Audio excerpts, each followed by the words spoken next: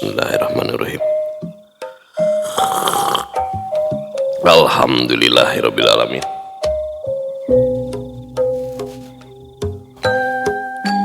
Assalamualaikum warahmatullahi wabarakatuh. Sampurasun wargi dulur baraya sadayana tepang dangu di sareng sim kuring Mang Ian Kidemang Gunung Halu tia geningannya anu pangkasepna sa Jawa Barat cek ma eta oge dina acara anu maneh nyaeta dongeng Sunda, dongeng zaman kiwari ala kiwari anu nyarioskeun lalakon kahirupan mangsa bihariatan nepi ka baheulaan. Kumaha dararamang palawargi sadayana atau mugi aya dina ginanjar kawilujengan rahayu berkah salamet amin ya Allah ya rabbal alamin. Dina waktos ieu sim kuring seja neraskeun hanca anu katunda dina pedaran dongeng anu judulna Saninten Mas bagian ke-58 karya Kang Rompis atanapi Kang Yepi Cahyadi nya. Oh nu kasep nu keren ya, luar biasa imajinasina karyana ngahibur urang sadayana nya atuh pamugia ieu karya teh sing janten ladang amal kang anjeunna nya wasilah tos ngahibur seueurna jalmi sing janten wasilah pamuka panto rizki panto-panto keberkahan kanggo Kang Rompis sakulawarginya. Luar biasa ya karya Kang Rompis teh nya luar biasa pokokna mah di zaman kiwari jadi ngahirup-hirup di dongeng Sunda. Oge kumaha ieu lalakonna Riri Wadarsi Mahya teh nya kamari katohian keur ditinihan. Ulah ka mana-mana tetep manco di channel YouTube-na Dongeng Sunda Mang Ian. Namun sata acana dilajeng kade ulah panuta can subscribe kana YouTube-na Dongeng Sunda Mang Ian. Mangga di subscribe heula supados tiasa kenging notifikasi kanggo satiap jejer carita nu salajengna oge nu sanesna. Nu parantos subscribe-na sim kuring ngahaturkeun ibu nu laksa ketika bingahan atuh mugi asing tiasa janten rencang anu ngahibur ka palawargi sadayana nya kanggo ibu-ibu bari masak nyeuseuk gegerohna, kanggo bapak-bapana bari nyantai nyi kopai udud samsai ngabaheulai siapkeun cikopina nya. Oke di padamelanana di tempat konveksi ayeuna bari mararanco nya anu ngajahit motong obrasna di tempat cukur asga di pasar di pabrik di kantor bari ngaronda bari jaginya di perjalanan bari nyupiran pokona mah kum kadulu-dulu nu aya di lembur baraya nu aya di kota oge di pangumbaraan kumargi teu sakedik wargi-wargi urang nu aya di luar daerah bahkan di luar negeri sok mararanco dina Dongeng Sunda Mang Ian teh rencang damel landong katineung cenanya. Aduh bagja. Ulah hilap di like di komen pokoknya wayahna komen ya, komen yang silaturahmi nu teu komen burut.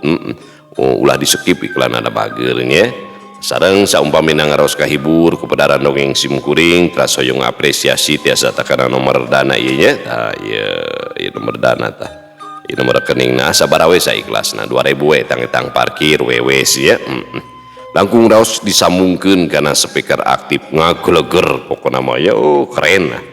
Supados teu nyangkolong ting kana waktu sayu urang sami-sami ngalajengkeun ieu lalakon Saninten Mas bagian anu ka-58. Mangga kaparayun sadayana wilujeng ngadangukeun prung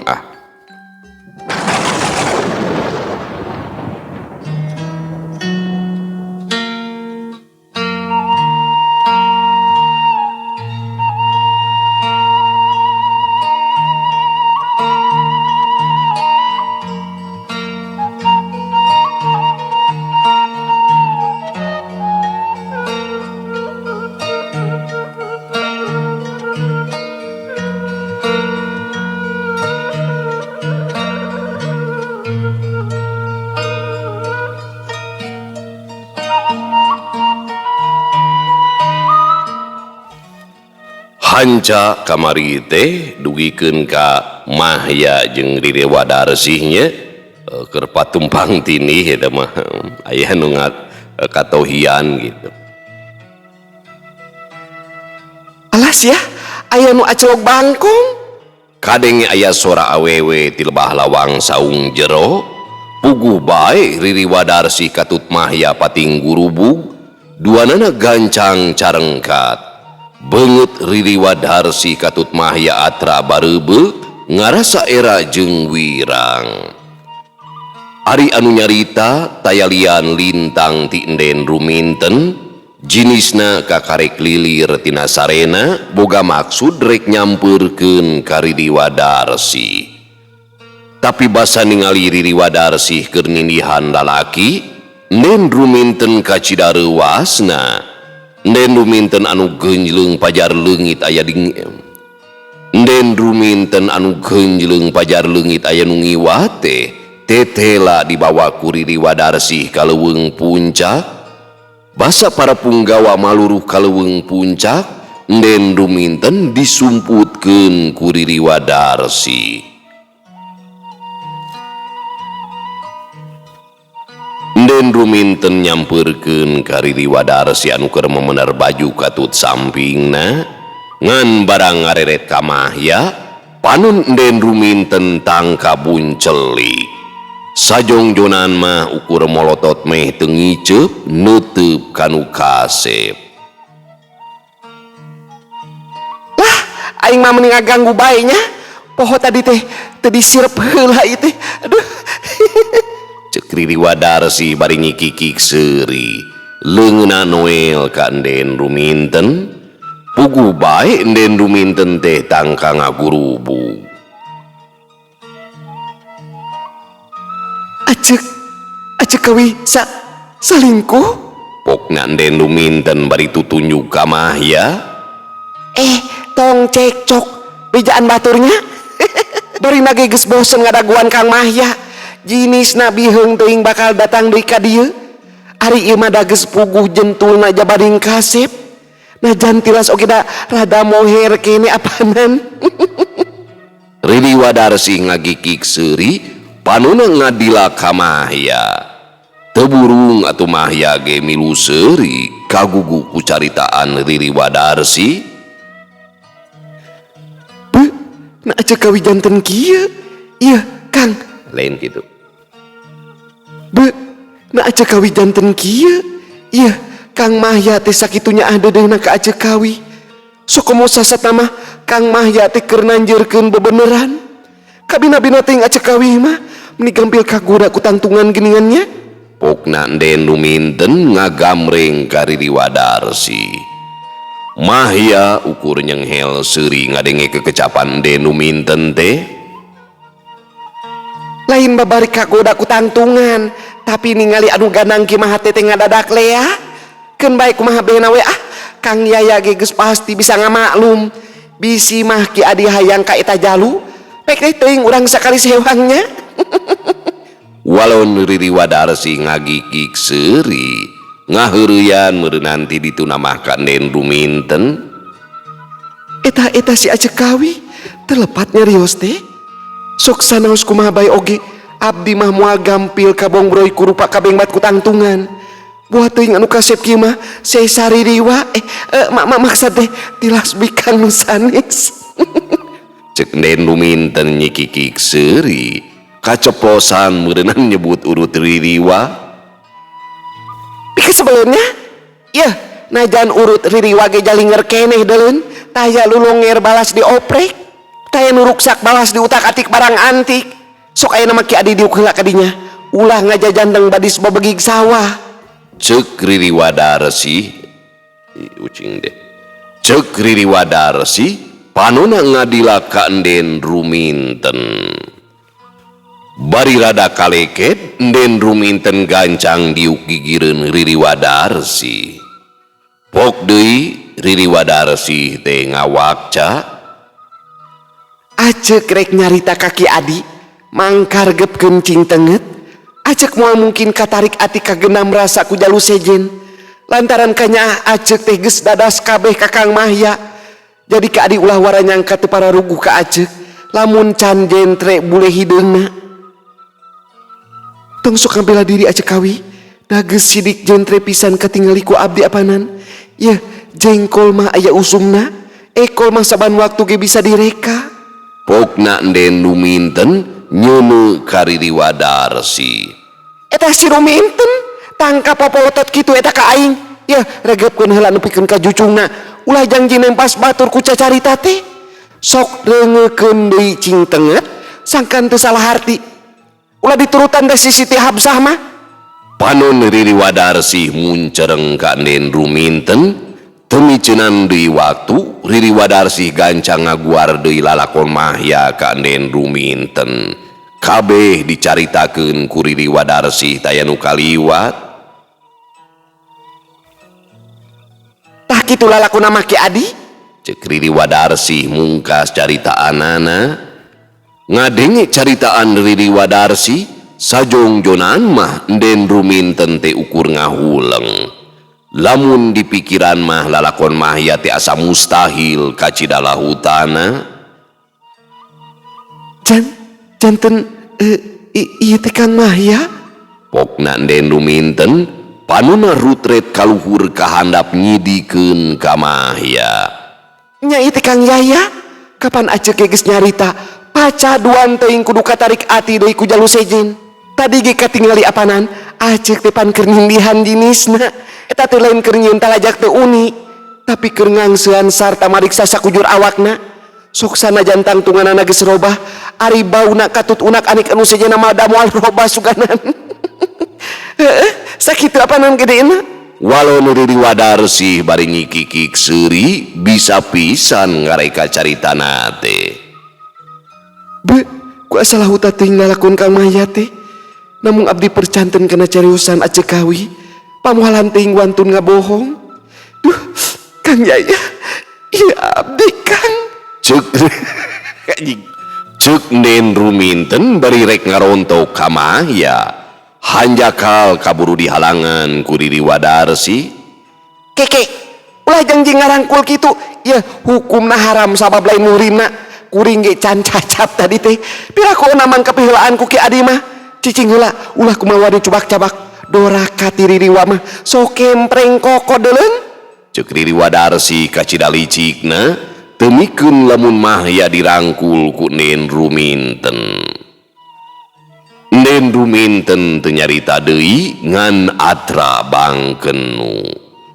Pok bae Mahya kedaling lisan. Kitu pisan anu karanapan ku pun engkang teh. Upami diemutan mah kalintang lautana. Ku keur saning pangeran pun engkang dipanjangkeun yuswa. Dugikeun ka tiasa ku mulendang kene. Jag-jag sabihari deui waras walagi di Kawasasari. Kumaha kayaan di Pananjungan? Sareng naon margina dugikeun ka salira Nden teh aya di dieu. Mun kalintang ahing nak lalakon Kang Mahya teh. Dupi kayaan di Pananjungan sareng wewengkon anu sanesna. Ayeuna teh nuju harenghing ku polana para balad siluman si Durgala. Nalika Kang Mahya teu aya, para punggawa katut si bibi sungsang aprak-aprakan milarian Kang Mahya. Namung anu maluruh ngaraos taak, Kang Mahya teu kapenak laratanana. Upami abdi mah ngahajak mios ka dieu, dicana ku si aceuk kawi. Sanesna naon, abdi ge kalintang melangna wiri Kang Mahya teu aya laratanana. Namung saurang ge taya nu uningan, saumpamina abdi aya di dieu Kang. Walon Nden ruminten ngajentrekeun ka Mahya. Dugikeun ka kitu nanya. Keun pun Kang ge moal cicingeun. Tangtos saenggalna bade ngabudak barik para baladna si Durgala. Dupi para sepuh Nden kumaha? Tangtosna Nden teh pada milarian panginten. Duh, awatos teuing atuh. Aranjeunna kalintang hariwangna ka salira Nden. Ceuk Mahya geus bisa nyawang kanu keur kajadian. Tangtu sepuh abdi teu ngaraos hariwangeun mah, margi abdi jug leungit teu pupugu apanan. Namung dalari kumaha deui, abdi ge asa ngalayung aya di bumi oge. Emut bae ka Kang Mahya bilih kumaha onam. Walon Nden ruminten nembrakeun ka hariwangna ka Mahya. Pok bae Riri Wadarsih nyarita. Dangukeun Kang Yaya, abdi ngahajanya anak si Rai ruminten ka dieu, margi abdi gaduh hiji rarancang. Abdi ngantosan Kang Yaya sumping deui, abdi dua antos paheut bade badanten. Berkah ayeuna Kang Yaya aya di dieu, abdi dua ante kalintang regregna Kang. Kahartos ku engkang Nyai. Dupi rarancang teh rarancang kumaha? Pamugi bae dijentrekeun ka pun engkang Nyai. Walon Mahya kacida panasaranana. Karancang abdi mah kieu Kang, si Rai ruminten sina diiwat ku para baladna si Durgala, teras anjeunna bakal dicana ke tempatna si Durgala. Tah abdi bade nyurup nyuwun kana raga si Rai ruminten supados tiasa lebet ke tempatna si Durgala. Upami abdi sareng si Rai ruminten tos aya di ditu, tangtosna Kang Yaya oge tiasa maluru tempatna si Durgala. Sakumaha balad diriwa salawasna bakal ngiring nalingakeun sareng ngabantos ka abdi. Kitu tah maksud abdi teh Kang. Temal Ririwa Darsi ngajentrekeun rarancangna kamahya. Ngadengi caritaan Ririwa Darsi sajongjonan mah mahya teh ukur ngahuleng. Sabab eta perkara teh kacida bahayana sabab nyawa anu jadi tarohanana. Kangaranan rarancang temunggu bakal lulus banglu sarua jeung kahayang. Bari dumareda pok deui mahya nyarita. Engkang tumampi kana paniatan Nyai margi kalintang luhungna. Namung hapunten sanes teu nampi atanapi nyapirakeun kana itikad Nyai anu sakitu saena. Cobi we gali ieu pasualan teh kalintang bahayana apanan. Teu tiasa diwang-wang dilelebah di sawangan. Pun engkang moal wasa saumpamina si Endenu minten dianggo wadal kanggo baladna si Durgala. Leuheung saumpamina dicana ka tempatna si Durgala. Kumaha upami langsung ditanasa didinya kene atuh lapur panginten. Tos mah ngorbankeun nyawa namung tempatna si Durgala keukeuh bae teu kapaluru.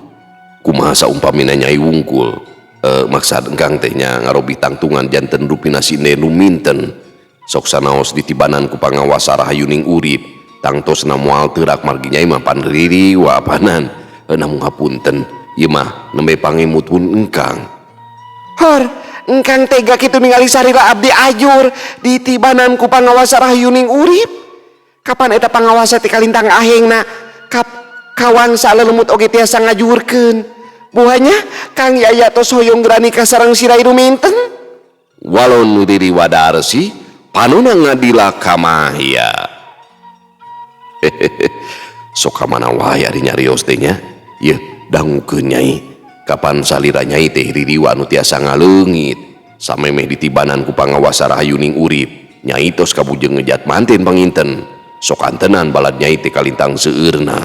Ceuk mahya deui bari seuri kagugu ku polahna Ririwa Darsi.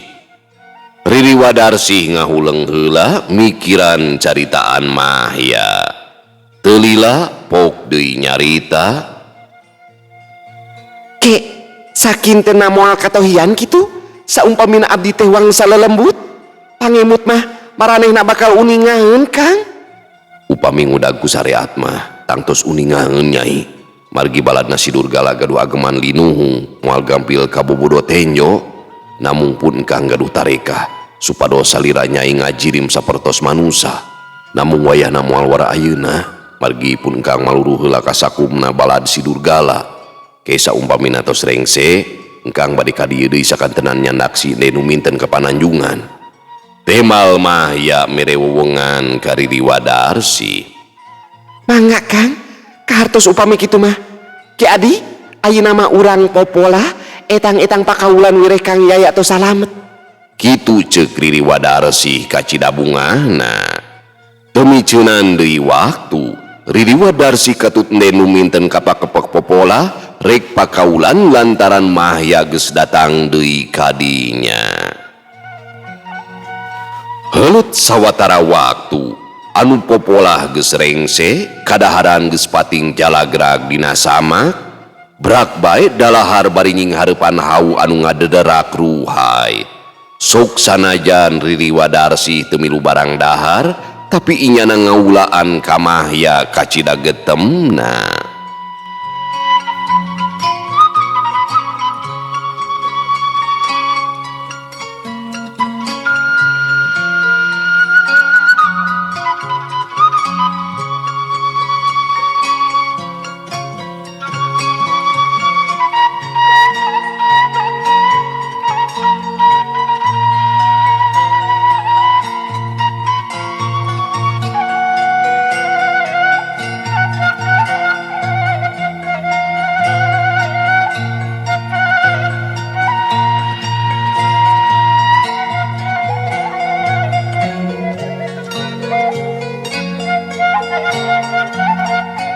Gancangna carita dina wanci hibar pajar Mahya geus indit ka lemur bingbin rek nepungan indungna. Basa anjog ka imahna, Mahya terus bae uluk salam. Kadenge lengkah suku jeung reketna sora palupuh anu kajejeg. Brai panto muka marengan maentat ngelol dina lawang panto. Basa ningali kasemahna sakedapan mah maentat teh ukur colohok. Bade ka saha Aden? Cek maentat ka cidarengkuhna panonna nyidikeun ka Mahya. Tiasa abdi linggih heula margi abdi teh aya peryogi pisan manawi. Walon Mahya hayang unggah heula sabab moal pihadeun jug balaka didinya. Ari maentat ukur ngahuleng sabab sora eta lalaki teh tamleg pisan jeung sora anakna. Dupi Aden teh saha? Pilih bae ibu kasamaran tinggal. Hapunten sanes ibu kumaha hantun. Ceuk maentat deui bari dodongkoan. Ketos aya di bumi nembe abdi bade balaka ka ibu. Walon Mahya bisa ngamaklum kana ketak indungna. Najan pinuku kabingung maentat antuk namah ngaku kasemahna. Maentat teu boga pikiran goreng rumasa dirina jalma teu boga eueuh araheunana. Mun seug teh mah eta jalma teh rek deleka ka dirina, maentat geus pasrah sumerah. Satu tas Mahya diuk dina samak, maentat ngilang heula nyuguhan cai ka semahna. Hapunten ite Aden, cai teh mung cai wungkul teh aya lalawuhna. Ibu teh kalintang reuasna, wireh kadongkapan tatamu salamangsa. Hapunten ibu teh bade gasik kumaros. Dupi salira Aden teh saha bilih bae lepat jugjugeun. Pokna maentat gancang tumanya ka Mahya, panonna nutup meh teu ngiceup.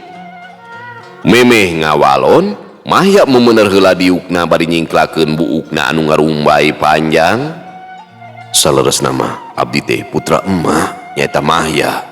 Ceuk Mahya sorana halon tapi atra kadengena ku maentat. Ngadenge caritaan Mahya, maentat tangka curinghak. Sajongjonan mah teu lemek ukur ngahuleng asa teu percaya kana pangdengena. Sok sanos abdi tos robi tangtungan, namung matang tosna tiasa nyungsi ka abdi hamu tiasa kabobodo. Ceuk Mahya deui bari neuteup ka indungna. Upami ngadangu suanten mah tamleg pisan sareng putra emajang Mahya. Namun upami ninggal kana rupi mah asa tebih ka langitna Aden. Walon maentat ngarasa cangcaya lamun eta teh anakna. Janten maksad mate putra mamah goreng patut kitu. Sanes tabe pun sanes maksudna putra ma awon rupina. Margi sadayana oge dadamelan mantena anu pangsaena. Ieu mah numutkeun paninggal lahir. Upami putra mah marupina basajan jajar pasar. Namun upami ningali kana rupi Aden, apan sakieu kasep sareng gandangna sapertos teu reumena. Hapunten mak teh kumawantun janji ngangkeun boh pilih bae salira Aden teh lepat jalmi. Walon maentat teu gampil percaya kitu bae sabab kasieunan bekas nyalahan. Ngadenge kekecapan indungna sagara ukur nyerengeh seuri. Mangga bae regepkeun ku emah supados uninga kana lalakona. Ceuk Mahya bari ngabarabat nyaritakeun sakabeh lalakona tug nepikeun kadanget harita kabeh diguar ku Mahya taya nu kaliwat. Kitu lalakon abdi teh mah atur nuhun kana pangduana dugikeun ka diri abdi tiasa kumelendang keneh. Ceuk Mahya mungkas caritaanana. Ngadenge caritaan Mahya, maentat ukur ngahuleng lamun dilenyepan mah lalakon Mahya teh matak teu kaharti ku pikir teu kahontal ku akal, tapi sokeuna ku paribasa aya astana sajengkal miboga harti anu pamohalan oge bakal kajadian ku kersana pangeran. Antuk nama manta teh percaya lamun anu aya di hareupeunana teh anakna gabrug mantat ngarangkul bari ngagukuk cerik bedah cimata. Anak mah anu kasep. Cek mantat bari ngusapan sirah Mahya.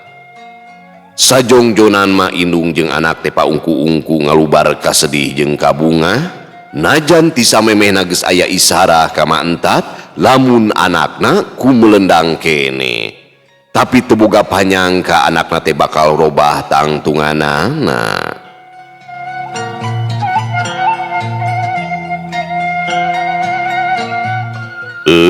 Pamiarsa sadayana waktosna geningan parantos tenyekapan deui nya teu karaos. Itunya gambaran dongeng ya dina kisah Mahya ya anu dikeresakeun robah rupa tina basajan jadi gandang. Lamun urang udah kena logika manyasa teu mungkin gitu ngan urang makan kieu silokana teh. Yen anu robah dina kahirupan teh tina goreng jadi hade, tina ngewa jadi nyaah, jadi mika cinta tak gitu. Urang teh kudu bisa ngarobah hate jelema. Seperti halna kapungkurnya Kanjeng Nabi nalika ngawitan ngadakwahkeun iman sareng Islam pan jazirah Mekah teh nya jazirah Arab teh seueur pisan anu mika ngewa. Tapi seiring waktu lewat keikhlasannya, lewat doa, lewat perjuangan luar biasa anu tadina pangewana malik jadi mika cinta, pangcintana bahkan seperti Sayyidina Umar radhiyallahu anhu kawitna mau sakitu ngewana ka bagindanya ka Kanjeng Nabi teh tugikeun ka nyanyanak bedog gitu. Geningan ya irodahna Gusti robah tina ngewa jadi cinta. Tadina realita mah kitu palawargi sadayananya urang kumaha carana di mana loba jalma mika ngewa ka urang, loba jalma dengki ka urang, ulah dibales ku kagorengan deui ya. Tapi kumaha carana robah hatena ya, anu amek jadi leah gitu, anu maksiat jadi tobat akhirna taat. Da manusia mah keuna ku awah gingsir. Ayeuna taat isu kagoda nya, ayeuna kagoda isu tobat nya tak kitu. Sarua sadayana ge keur ngalalakon jalmi mah. Sadayana pernah salah, sadayana pernah khilaf ya. Kadang-kadang urang loba nuntut ka batur kudu sesuai ka hayang urang. Sing horeng urang mineng teu bisa nuntut diri sorangan hayang sesuai ka hayang urang sorangan, pan loba teu mampu. Kahayang kitu, kahayang kieu, kenyataan urang teu mampu nungtut diri urang sorangan. Tapi urang nya sok ngababarikeun nungtut batur supaya sesuai kahayang urang. Ya, tamata kakuatan paling dahsyat mah hiji ida binafsi ngarobah heula diri urang sorangan. Di mana jelema bisa mujahadah nya, bener-bener berjuang ngarobah dirina tina goreng jadi hade, tina maksiat jadi tobat, langsung taat ka dituna nya. Jadi mangka diri urang bakal bisa boga hiji kakuatan anu ngarobah batur nyaeta ngagugah jeung ngarubah. Matak dina keterangannya nembe ningal rarai jalmi solehna wae biasa ngahirup-hirup hate di mana urang salami tilu dinten teu ningal rarai jalmi anu soleh, ahli ilmu, ahli ibadah, maka hate teh paeh. Ningal raraina hunggul teu kedah ngobrol, ningal rarai jalmi soleh wae kitu je. Papenak silaturahmi, mangka hate teh bisa pareum gitu. Bisa paeh gitu ya. Saking dahsyatna urang teh berusaha supaya hate teh dijaga. Di mana urang geus bisa ngarobah suasana hate urang, amal urang, mangka urang oge bisa ngarobah batur. Lamun urang dikeresakeun diuji ku Gusti teh nya pasangan hirup urang ti nanti jalikeun tina jurang dosa jeung maksiat. Tak kumaha carana urang ngajerit ngalangit ka Gusti supaya dilungsurkeun hidayah taufeeknya ka pasangan hirup urang gitu. Sehingga sadar, sehingga daek tobat, sehingga pindah tina maksiat jadi taat gitu ya. Ulangan saukur di mana orang dinyeri ku pasangan orang ngan saukur laknat nu kaluar teh saukur maksa hayang bisa. Nabi Nuh mah dugikeun ka ngantosan sakingnya anak anu janten istri teh diantosan dugikeun ka samaotna teu pernah ngewa sanajan istrina ingkar ge diantosan ka dieu naik ka parau ka dieu naik parau mung gitu sanajan ngabangkang sanajan hianat istrina ge tetep we miharep kasalamatan ya. Di mana urang geus dihijikeun gitu dina rumah tangga berarti urang geus sapaket lamun rek nyaah sakalian lahirna jeung batinna awal akhir pasangan urang bakal ngalakukeun kasalahan ya. Matak siapkeun sagudang hampura nalika urang ijab qabul teh ya. Tak itu pala wargi sadayana nya hikmah ieu mahya teh robah tina goreng jadi kaset teh tah urang ngarobah hate ngarobah sikap nya ngarobah laku lampah sakitu anu kapihatur hapunten anu kasuhun bobot sapanon carang sapakan cag urang tunda dihanyuang siang urang teuneun dihaneulum sium paranti nyokot ninggalkeun mangsa datang kasampeur deui wallahu muwaffiq ila aqwamit thoriq. Wassalamualaikum warahmatullahi wabarakatuh.